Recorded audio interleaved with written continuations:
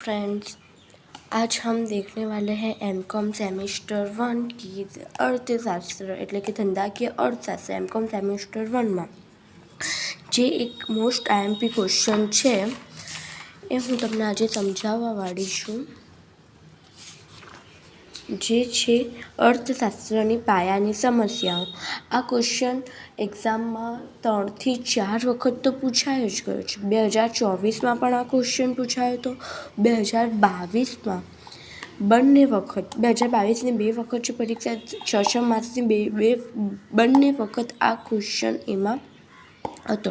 એટલે કે આ ક્વેશ્ચન મોસ્ટ ઇમ્પોર્ટન્ટ છે. આ ક્વેશ્ચન બહુ જ ફેરી એક્ઝામમાં આવી ગયો છે. એટલે આજે આપણે આ ક્વેશ્ચનને યાદ કેવી રીતે કરવું એ હું તમને સમજાવું છું. એટલે કે આ ક્વેશ્ચનની થિયરી હું તમને સમજાવવા વાળી છું, બરાબર. અહીંયા છે અર્થશાસ્ત્રની પાયાની સમસ્યાઓ. એક્ઝામમાં આપણે શું લખવાનું? એક્ઝામમાં આપણે સૌથી પહેલાં અર્થ લખી નાખવાનો કે અર્થશાસ્ત્રની પાયાની સમસ્યાઓનો અર્થ શું છે. અર્થ લખ્યા બાદ આપણે તેના મુદ્દાઓ લખવાના. આ ક્વેશ્ચનમાં કુલ 9 પોઈન્ટ્સ છે. આ ક્વેશ્ચનમાં કુલ 9 પોઈન્ટ્સ છે. તમારે એટલું યાદ રાખવાનું કે આ ક્વેશ્ચન આવે એટલે કે 9 મુદ્દાઓ અંદર છે. એ 9 મુદ્દાઓ તો લખવાના જ. અંદરની મેથડમાં તમે થોડું આગું પાછું લખશો તો ચાલશે, કારણ કે એમકોમ લેવલે દરેક વસ્તુ બુકની લખવી જરૂરી હોતી નથી. એમકોમમાં તમે તમારા મગજનું પણ અંદર લખી શકો છો. એમાં કોઈ તમને ફેલ કરે તેવું નથી હોતું. એમાં 9 મુદ્દાઓ છે. 9 મુદ્દા કયા કયા છે? તમારે જો યાદ રાખવું હોય કોઈ પણ વસ્તુ, તમારે આ રીતે બુક્સને પ્રિપેર કરી લેવાની. આ રીતે તમારે મુદ્દાઓ અને તેનો અર્થ, જો એક્ઝામ ટાઈમ પર તમે આટલું મોટો પ્રશ્ન વાંચવા ન બેસી શકો તો આ પ્રશ્નનો શોર્ટ ફોર્મ છે આટલું, કે આટલું તમને આવડતું હશે તો તમે આ બધું જ લખી શકશો. તો આ શું છે કે અર્થશાસ્ત્રની પાયાની સમસ્યાઓના કુલ અર્થમાં શું લખવાનું? અર્થના 2 ફકરા છે. અર્થ લખો એટલે કે તમારે 2 ફકરામાં અર્થ લખવાનું છે. જેમ કે અહીં આપેલું જ છે કે 2 ફકરામાં અર્થ છે, એક આ ફકરામાં, એક આ ફકરામાં. એટલે કે એક પેજમાં તો તમારે અર્થ લખવો જ પડશે. મુદ્દાઓ કયા કયા છે? તો કે 9 મુદ્દાઓ છે. તેમાં 3 મુખ્ય મુદ્દાઓ છે કે અમર્યાદિત જરૂરિયાતો, કે વ્યક્તિ અને સમાજની જરૂરિયાતો ક્યારેય પૂરી થતી જ નથી. તે કારણે અર્થતંત્રની પાયાની સમસ્યાઓ ઉદ્ભવે છે. અહીં સાધનો મર્યાદિત છે અને જરૂરિયાતો અમર્યાદિત છે. આ કારણે અર્થશાસ્ત્રની પાયાની સમસ્યાઓ ઉદ્ભવે છે. આ સમસ્યા ભારત જેવા અલ્પ વિકસિત દેશમાં નહીં, પરંતુ અમેરિકા અને યુરોપ જેવા વિકસિત દેશમાં પણ આ સમસ્યાઓનો ઉદ્ભવ થાય છે. હવે મર્યાદિત સાધનો, કે અહીં સમાજની અને વ્યક્તિની જરૂરિયાતો અમર્યાદિત છે, પરંતુ સાધનો તો મર્યાદાપૂર્વકમાં જ છે. સાધન અને આવકમાં કોઈ ફેરફાર થતો નથી. અહીં સાધનો મર્યાદિત છે અને જરૂરિયાત અમર્યાદિત છે. તેથી કઈ વસ્તુનું ઉત્પાદન કરવું, કઈ પદ્ધતિથી કરવું, કઈ પદ્ધતિ પ્રમાણે કરવું, આ મર્યાદિત સાધનો દ્વારા આ પ્રમાણે લખવાનું. એટલે કે થોડું અંદરનું લખવાનું. વૈકલ્પિક ઉપયોગવાળા સાધનો, કે સાધનો વૈકલ્પિક ઉપયોગવાળા એટલે કે વધુ ઉપયોગવાળા હોવા જોઈએ એમ. આ છે તેની 3 મુખ્ય સમસ્યા. આ આર્થિક સમસ્યાઓ છે, બરાબર. આર્થિક સમસ્યાઓ નંબર 1, 2, 3, 4, 5, 6 એમ કરીને બુકમાં 6 નંબર આપેલા છે, પરંતુ મેં અહીંયા નંબર 4થી આપેલું છે, કારણ કે તમને યાદ રહે કે કુલ પોઈન્ટ 9 છે, મુદ્દા 9 છે, એટલે કે તમારે 9 લખવાના છે. હવે હું અહીંયા 1 થી 3 આપું, અહીંયા 1 થી 6 આપું, તમે શું થશો? ગોટવાળા મારી જશો કે 3 હતા, 6 હતા, તમને યાદ નહીં રહે. એટલે સલંગ 9 મુદ્દા અહીંયા લખી જ નાખવાના, કે જ્યારે આપણે એક્ઝામ ટાઈમ પર આ બુક જોઈએ તો આપણને ખ્યાલ હોય કે મુદ્દા કેટલા છે. અંદર 9 મુદ્દા છે. હવે આર્થિક સમસ્યા કઈ છે? તો કે કઈ વસ્તુનું ઉત્પાદન કરવું, કઈ વસ્તુનું ઉત્પાદન કરવું, કે અમર્યાદિત જરૂરિયાતો છે. દરેક લોકોએ જરૂરિયાતો મર્યાદામાં નથી, અમર્યાદિત જરૂરિયાતો છે. એટલે કે દરેકને અલગ અલગ વસ્તુઓ જોતી હોય છે, પરંતુ આપણા પાસે સાધનોની કમી છે. તો આપણે એ સાધનો દ્વારા કઈ વસ્તુનું ઉત્પાદન કરીએ જેથી આપણને વધુ આપણી જરૂરિયાતો સંતોષી શકાય. તો કે કઈ વસ્તુનું ઉત્પાદન કરવું, કઈ ઉત્પાદન પદ્ધતિ વાપરવી, કે ઉત્પાદન પદ્ધતિ અલગ અલગ હોય છે. તો કે ઉત્પાદન પદ્ધતિ કઈ વાપરવી, બરાબર. પછી છે કે ઉત્પાદનની વહેંચણી કઈ રીતે કરવી, કે ઉત્પાદન આપણે કરી નાખ્યું, ઉત્પાદનની પદ્ધતિ પણ વાપરી આપણે ઉત્પાદન પણ કરવું. હવે એ ઉત્પાદનની વહેંચણી કેવી રીતે કરવી, કે ઉત્પાદનને વહેંચવું કેવી રીતે બજારમાં, બરાબર. તો કે ઉત્પાદનની વહેંચણી કરવી. પછી આર્થિક વિકાસ, તો કે એ વહેંચણી કર્યા પછી આપણે શું થશે, વિકાસ થશે. એટલે કે આર્થિક વિકાસ, આપણે કોઈ વસ્તુનું ઉત્પાદન કરવાનું, તો કે આપણે ધંધો શરૂ કરીએ તો આપણે શું છે કે આપણે કઈ વસ્તુનું ઉત્પાદન કરવું. સૌથી પહેલાં આપણો શું ખ્યાલ આવે, કઈ વસ્તુનું ઉત્પાદન કરીએ યાર. પછી આપણને ખબર પડી ગઈ કે હા, આપણે આ પેન્સિલનું ઉત્પાદન કરવું છે, કે કઈ પદ્ધતિ દ્વારા ઉત્પાદન કરવાનું હોય આપણે આ પેન્સિલનું, બરાબર. તો કે કઈ પદ્ધતિનો ઉપયોગ કરવો, એવી રીતે યાદ કરો. જો આપણે કઈ પદ્ધતિથી ઉપયોગ કરી રહ્યો કે આ પેન્સિલને બજારમાં વહેંચણી કેવી રીતે કરવી, કોને આપવી કે આ પેન્સિલ આપણી વધારે એ થાય. તો કે ઉત્પાદનની વહેંચણી કઈ રીતે કરવી. હવે વહેંચણી થઈ ગઈ પછી આપણને શું યાર, આપણે વહેંચણી કરી નાખીએ, હવે આપણો વિકાસ થશે, આ ઉત્પાદન પદ્ધતિમાં આપણો વિકાસ થશે. તો કે આર્થિક વિકાસ કઈ રીતે સાધવો, બરાબર. તો કે આર્થિક વિકાસ આપણે કઈ રીતે થશું, આપણને આ બધા પ્રશ્નો ઉદ્ભવે છે. તો એ રીતે આપણે યાદ કરતા જવાનું. એક સાધનોની કાર્યક્ષમતામાં વધારો, કે આપણા પાસે જેટલા સાધનો છે એ આપણે એક ફેરી ઉત્પાદન કરી નાખ્યું વસ્તુનું, બરાબર. આપણે ઉત્પાદનની વહેંચણી બી કરી નાખી, આપણે આર્થિક વિકાસ પણ થયો. તો કે હવે આપણા પાસે જેટલા સાધનો છે તેની કાર્યક્ષમતામાં કઈ રીતે વધારો કરો, કે એનું કામ વધારે થાય, તેની ક્ષમતા વધે, તે ઉત્પાદનનું કામ કરવાની કાર્યક્ષમતા વધે, એ આપણે કઈ રીતે કરવું. તો કે સાધનોની કાર્યક્ષમતામાં વધારો અને પૂર્ણ રોજગારી પ્રાપ્ત કરવી, કે આપણને પૂરેપૂરી આપણી રોજગારી આપણને મળી રહે, એ આપણું સમસ્યા છે, બરાબર. તો કે પાયાની સમસ્યાઓ કઈ કઈ, તો પહેલાં આપણે 9 મુદ્દા યાદ કરવાના, કે પાયાની સમસ્યાના 9 મુદ્દા, અંદરની મેટર જોવાની જ નહીં, પહેલાં તમારે આ મુદ્દા લખીને યાદ કરી નાખવાના. તો કે આપણા પાસે શું છે કે જરૂરિયાતો ખૂબ જ વધારે છે. તો કે અમર્યાદિત જરૂરિયાત, મર્યાદિત સાધનો, વૈકલ્પિક ઉપયોગવાળા સાધનો, આ 3 મુખ્ય સમસ્યા. પછી આર્થિક સમસ્યા, કે આપણે ઉત્પાદન કઈ રીતે કરવું, ઉત્પાદનની પદ્ધતિ કઈ અપનાવવી, ઉત્પાદનની વહેંચણી કઈ રીતે કરવી, ઉત્પાદનની વહેંચણી કઈ રીતે કરવી, આર્થિક વિકાસ આપણો કઈ રીતે સાધવું, અને પછી આર્થિક વિકાસ કઈ રીતે સાધવું, સાધનોની કાર્યક્ષમતામાં વધારો કઈ રીતે કરવો, અને આપણે પૂરી રોજગારી આપણને પ્રાપ્ત થાય, એટલે કે પૂર્ણ રોજગારી મેળવવી. સૌથી પહેલાં શું કરવાનું, આપણે આપણે કોઈ વસ્તુ ઉત્પાદન કરીએ આપણને એમ ખ્યાલ આવવું જોઈએ, પહેલાં આપણે મગજમાં આપણે વિચારીએ છીએ કે કઈ વસ્તુ આપણે ઉત્પાદન કરવું.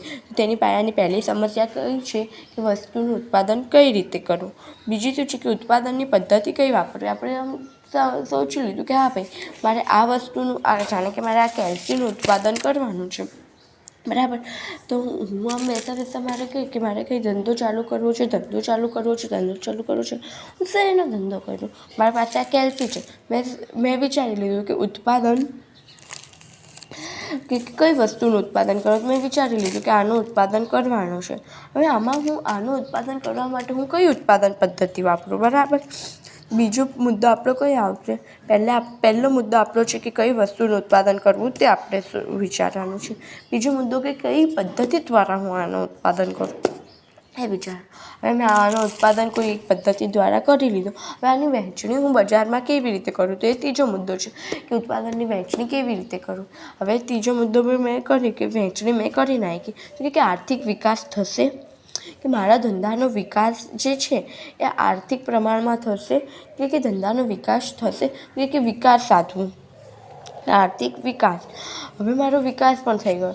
હવે મારી પાસે આનો બીજો બીજું મારે આની માંગ વધે છે, મારી વસ્તુની માંગ વધે છે, તો હવે હું શું વિચારીશ કે મારે સાધનોની કાર્યક્ષમતા હું કેવી રીતે વધારી શકું, કે સાધનો કામ કરવાની કાર્યક્ષમતા હું કઈ રીતે વધારી શકું. તો એનું શું છે કે સાધનોની કાર્યક્ષમતામાં વધારો. હવે મારી સાધનોની કાર્યક્ષમતામાં પણ વધારો થઈ ગયો, તો હવે મારે છેલ્લું મુદ્દો શું છે કે પૂર્ણ રોજગારી પ્રાપ્ત કરવી, કે મારી રોજગારી હું પૂરી પ્રાપ્ત કરું. બરાબર. તો આ ઉત્પાદનના 6 મુદ્દાઓ છે. એકદમ ઇઝી મુદ્દાઓ છે. તમે વિચારીને સમજીને આ મુદ્દા યાદ કરશો, તમને એકદમ ઇઝી છે, તરત યાદ થઈ જશે. અને આ મોસ્ટ આઈએમપી પ્રશ્ન છે, એટલે કે આ તો તમારે તૈયાર કરવો જ પડશે. હવે એનો અર્થ હું તમને સમજાવું કે પાયાની આર્થિક સમસ્યાનો અર્થ શું છે. તો કે વ્યક્તિ અને સમાજની જરૂરિયાતના સંદર્ભમાં તે સંતોષવા માટે સાધનોની અછત હોય છે. કે વ્યક્તિ અને સમાજની જરૂરિયાતો સંતોષવા માટેના સાધનોની અછત હોય છે. સંદર્ભમાં તમે છોડી દો તો બી વાંધો નથી, કેમ કે આ તમને સંદર્ભમાં એક ઓકવર્ડ થઈ જશે, કેમ કે જરૂરિયાતો સંદર્ભમાં સંતોષવા. બરાબર. એટલે કે આપણે આટલું નીકાળી નાખીએ કે વ્યક્તિ અને સમાજની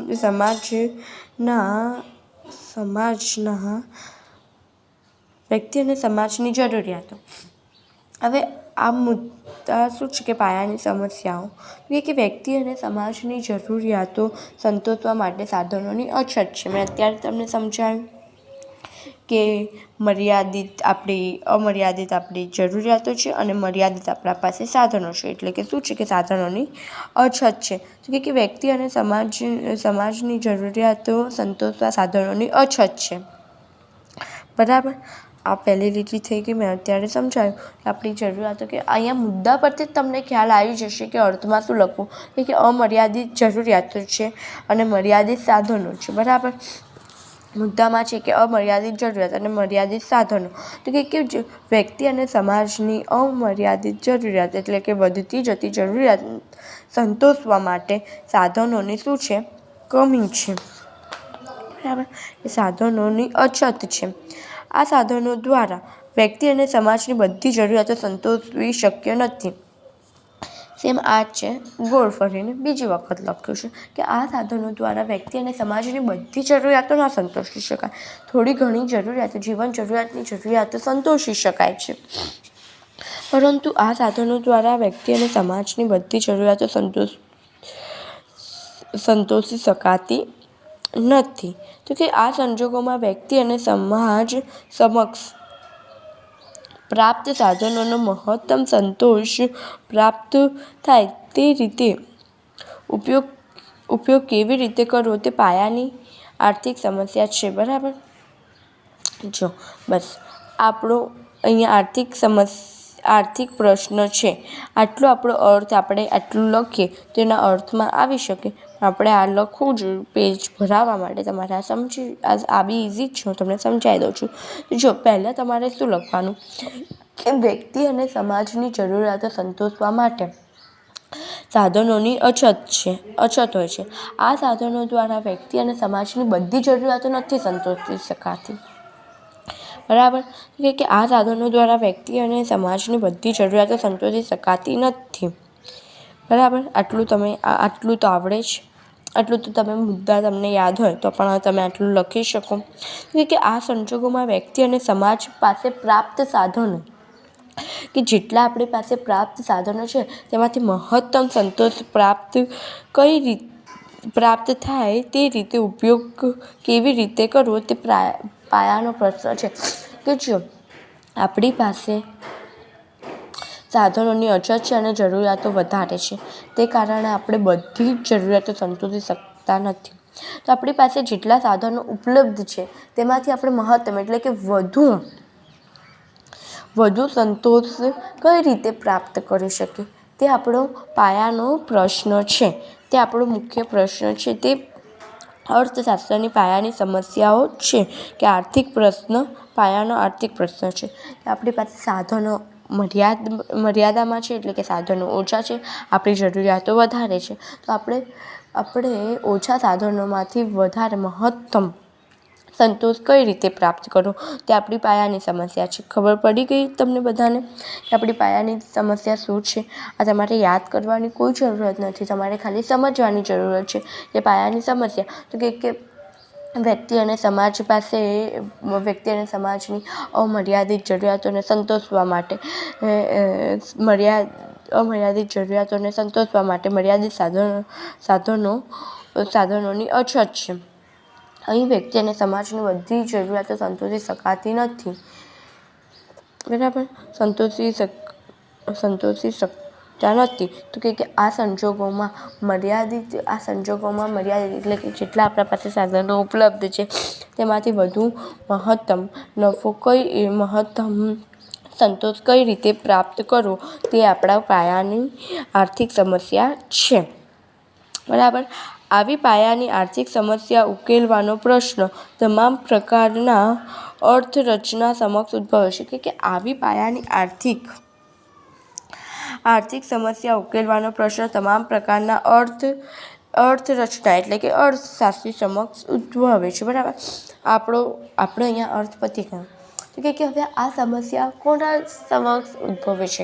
કે આ સમસ્યા કોના સમક્ષ ઉદ્ભવે છે? તો કે આવી પાયાની આર્થિક સમસ્યાનો પ્રશ્ન તમામ પ્રકારના જેટલા પણ અર્થરચના છે કે અર્થરચના એટલે કે અર્થશાસ્ત્રી સમક્ષ ઉદ્ભવે છે. તો આ તો સિમ્પલ છે કે આવા પાયાની સમસ્યા આર્થિક સમસ્યા ઉકેલવાનો પ્રશ્ન તમામ પ્રકારના અર્થશાસ્ત્રી સમક્ષ ઉદ્ભવે છે.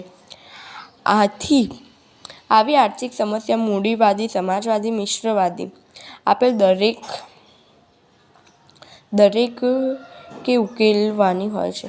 કે આવી આર્થિક સમસ્યા જે મૂડીવાદી, સમાજવાદી અને મિશ્રવાદી કે કોઈ એક જણાએ નથી ઉકેલવાની, દરેકે આ સમસ્યાનો ઉકેલ મેળવવાનો હોય છે. બરાબર, જો આનો અર્થ એકદમ સિમ્પલ છે. હું તમને આમ બુક બંધ કરીને તમારે આ મગજથી જ આનો અર્થ લખવાનો છે, આમાં કશું યાદ કરવા જેવું નથી. શું છે કે વ્યક્તિ અને સમાજની જરૂરિયાત માટે સાધનોની અછત છે. વ્યક્તિ અને સમાજની અમર્યાદિત જરૂરિયાતો માટે સાધનોની અછત હોય છે. આ સાધનો દ્વારા સમાજ અને વ્યક્તિની બધી જરૂરિયાતો સંતોષી શકાતી નથી. આ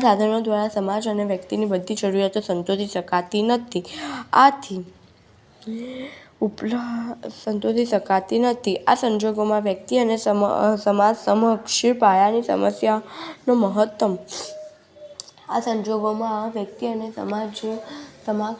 પાયાની જરૂરિયાતો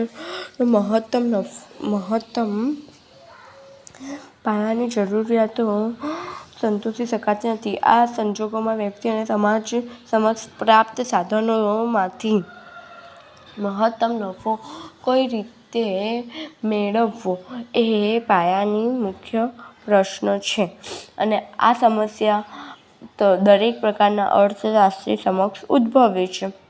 અને આ સમસ્યાનો ઉકેલ મૂડીવાદી, સમાજવાદી અને મિશ્રવાદી દરેકે લાવવો જોઈએ. બરાબર, આ તમારો એક ફકરો કમ્પ્લીટ થઈ ગયો. બીજો ફકરો લખવો હોય તો લખવાનો, નહીં તો અહીંયા સુધી તમે લખો એટલું ઇનફ છે અર્થમાં, કેમકે અર્થ બહુ લાંબા ના હોય, પણ અહીંયા સુધી લખો તો ચાલશે. પણ બીજો ફકરો તમારે લખવો તો એ પણ એકદમ ઇઝી છે, એમાં પણ કશું જ છે નહીં. કે માનવ જરૂરિયાતના સંદર્ભમાં તે સંતોષવાના સાધનોની અછત એ પાયાની આર્થિક પ્રશ્ન છે. કે માનવ જરૂરિયાતો સંદર્ભમાં જે ઉપર છે એ છે કે માનવ જરૂરિયાતો સંતોષવા માટે એ સાધનોની અછત એ પાયાનો પ્રશ્ન છે. બરાબર, પ્રોફેસર રોબિન્સનના મતે માનવીની અમર્યાદિત જરૂરિયાતો સંતોષવા માટેના સાધનો મર્યાદિત અને વૈકલ્પિક ઉપયોગવાળા હોવાથી મહત્તમ સંતોષ પ્રાપ્ત કરવા આર્થિક પસંદગી પાયાની સમસ્યા ઉદ્ભવે છે. ઉપર છે એ જ બેઠું અહીંયા નીચે પણ છે, એને છાપેલું છે. ખાલી અહીંયા એક પ્રોફેસર રોબિન્સનનું એક નામ લખેલું છે, બીજું કશું જ નથી. અહીંયા બી છે કે જો માનવીની જરૂરિયાતો સંદર્ભમાં સાધનોની અછત એ મહત્ત્વનો પ્રશ્ન છે. એટલે કે આર્થિક પ્રશ્ન છે. અને પ્રોફેસર રોબિન્સના મતે માનવીની અમર્યાદિત જરૂરિયાતો સંતોષવા માટેના સાધનો મર્યાદિત અને વૈકલ્પિક ઉપયોગવાળા હોવાથી કે સાધનો કેવા છે, મર્યાદામાં છે, અને કેવા છે કે વૈકલ્પિક ઉપયોગવાળા છે. શા માટે? તો કે જરૂરિયાતો અમર્યાદિત છે અને સાધનો મર્યાદિત અને વૈકલ્પિક ઉપયોગવાળા છે. તો આર્થિક સમસ્યાનો પ્રશ્ન છે. આ પાયાની આર્થિક સમસ્યાનો પ્રશ્ન છે. ભારત જેવા અલ્પ વિકસિત અને અમેરિકા અને પશ્ચિમ યુરોપના વિકસિત દેશો સમક્ષ પણ આ પ્રશ્ન ઉદ્ભવે છે કે ફક્ત ભારતમાં જ નહીં પરંતુ અમેરિકા અને યુરોપ જેવા વિકસિત દેશોમાં પણ આ આર્થિક પાયાના પ્રશ્નો ઉદ્ભવે છે. બરાબર, તેનો અર્થ થઈ ગયો સિમ્પલ જ છે. આમાં કશું મોટું છે નહીં. આમાં ખાલી એટલું જ છે કે માનવી અને સમાજની, વ્યક્તિ અને સમાજની જરૂરિયાતો ખૂબ જ વધારે છે અને તે જરૂરિયાતો પૂરી કરવા માટે સાધનોની આપણા પાસે કમી છે. આપણા પાસે જેટલા સાધનો છે તેનું આપણે ઉપયોગ એવી રીતે કરીએ કે જેથી આપણે વધારે પડતું આપણને સંતોષ મળે, એટલે કે વધારે પડતી આપણી જરૂરિયાતો સંતોષાય. બસ આટલું છે, આટલી વસ્તુ છે એને આપણે આવી રીતે કરીને લખેલી છે. બીજું આમાં કશું જ નથી. કે મર્યાદિત જરૂરિયાતો. હવે આ બધા પોઈન્ટ્સ હું તમને સમજાવીશ, પરંતુ આ વિડીયો ખૂબ જ લાંબો થઈ જશે, એટલે કે હું આ પોઈન્ટ તમને નેક્સ્ટ વિડીયોમાં સમજાવીશ. બરાબર, અત્યારે તમને મેં મુદ્દા યાદ કરાવી દીધા અને તેનો અર્થ યાદ કરાવી દીધો. આટલું ઇનફ છે. બીજી અંદરની જે મેટર છે કે અમર્યાદિત જરૂરિયાત, તો અમર્યાદિત જરૂરિયાતમાં શું છે એ, પછી મર્યાદિત સાધનોના અંદર તમારે શું લખવાનું એ, વૈકલ્પિક ઉપયોગવાળા સાધનોમાં તમારે શું લખવાનું એ બધું હું તમને આવતા વિડીયોમાં સમજાવી દઈશ. બરાબર, હવે આ પ્રશ્નોને તમે એક્ઝામમાં કઈ રીતે લખવાનું? આ પ્રશ્ન એક્ઝામમાં 14 માર્કમાં તો પૂછાશે જ. મોસ્ટ આઈએમપી ક્વેશ્ચન છે, એટલે કે આ ફેરી પણ એક્ઝામમાં પૂછાવાની વધુમાં વધુ સંભાવના છે. આ ક્વેશ્ચન 14 માર્કમાં પૂછાશે. 14 માર્કમાં તમારે 5 થી 6 પેજ તો લખવાના જ રહેશે. તો જો હું તમને સમજાવું લખવાની મેથડ, કે જો અર્થ છે, બરાબર, અર્થના કેટલા ફકરા છે? 2 ફકરા છે. બંને ફકરા સેમ જ છે, કશું આમાં વધારાનું નથી. તો આટલું અર્થ તમે છૂટું છૂટું લખો, ઉપર પહેલે પ્રશ્ન લખો, પછી અર્થ કરીને લખો, તો આટલું અર્થ તમારે એક પેજમાં આવી જાય. અર્થ અને પછી નીચે કે આમાં આ મુદ્દા છે એ ત્રણ મેઇન મુદ્દા, કે મર્યાદિત જરૂરિયાત, મર્યાદિત સાધનો અને વૈકલ્પિક ઉપયોગવાળા સાધનો, 3 મેઇન મુદ્દા લખો. પછી કે આર્થિક સમસ્યાઓ. આર્થિક સમસ્યામાં કે ઉત્પાદન કઈ રીતે કરવું, કઈ પદ્ધતિ દ્વારા ઉત્પાદન કરવું, પછી ઉત્પાદન કઈ રીતે કરવું, કઈ પદ્ધતિ દ્વારા ઉત્પાદન કરવું, કઈ પદ્ધતિ વાપરવી, ઉત્પાદનની વહેંચણી કેવી રીતે કરવી, ઉત્પાદનની વહેંચણી કેવી રીતે કરવી, પૂર્ણ રોજગારી પ્રાપ્ત કેવી રીતે કરવું, સાધનોની કાર્યક્ષમતામાં વધારો અને આર્થિક વિકાસ. એ આપણું અલગથી એ મુદ્દા ખાલી ઓનલી ફોર મુદ્દાનો એક પેજમાં, એક લીટીમાં એક મુદ્દો છે, જે પ્રમાણે મેં અહીંયા લખેલું જ છે. આ રીતે તમે એવી રીતે મુદ્દા લખો કે પહેલાં આ અર્થ લખો, આ એક પેજમાં એટલું અર્થ લખો, પછી આ મુદ્દા લખો. મુદ્દા લખી દીધા એના બાદ તમે અમર્યાદિત જરૂરિયાત એની મેથડ હાફ પેજમાં, મર્યાદિત જરૂરિયાત એની મેથડ હાફ પેજમાં. 2 મુદ્દા એક પેજમાં થયા. બરાબર, આ 2 મુદ્દા એક પેજમાં કેટલા? 3 પેજ થયા. આ 2 મુદ્દા એક પેજમાં 4, આ 2 મુદ્દા એક પેજમાં 5, અને આ મુદ્દો એક અલગથી, એટલે કે 5 ને અડધો, કે અહીંયા આપણે એક આખો આવી જાય, એટલે કે 6 પેજ તમારા થઈ જશે. બરાબર, આ પ્રમાણે તમારે લખવાનું છે, જેથી તમારા પેજ પણ વધારે જાય અને તમારું લખાણ પણ ચોખ્ખું દેખાય. બરાબર, આ વિડીયો તમને પસંદ આવ્યો હોય તો લાઈક કરજો, તમારા બીજા બધા ફ્રેન્ડ્સને શેર કરજો, જેથી એમની પણ મદદ થઈ શકે. અને તમારે આ મુદ્દાઓ અંદરની મેથડ સમજવી હોય એ માટે તમે કમેન્ટ કરજો, તો હું તમને આખું અંદરનું પણ સમજાવીશ. આ મોસ્ટ ઇમ્પોર્ટન્ટ પ્રશ્ન છે અને તમે પાક્કું યાદ કરજો. આ એક્ઝામમાં આવવાની શક્યતા છે 90.9%, કેમ કે આ બહુ બધી એક્ઝામોમાં આવેલું છે. આ માટે હું તમને કહું છું, બાકી તમારા નસીબ, આવે તો આવે, ના પણ આવે, પણ યાદ તો તમારે કરવું જ પડશે. Okay, thank you. મારા ફોનમાં થોડી તમને પ્રોબ્લેમ આવશે આમ, પણ તમે થોડું સમજી જશો. Okay guys, thank you.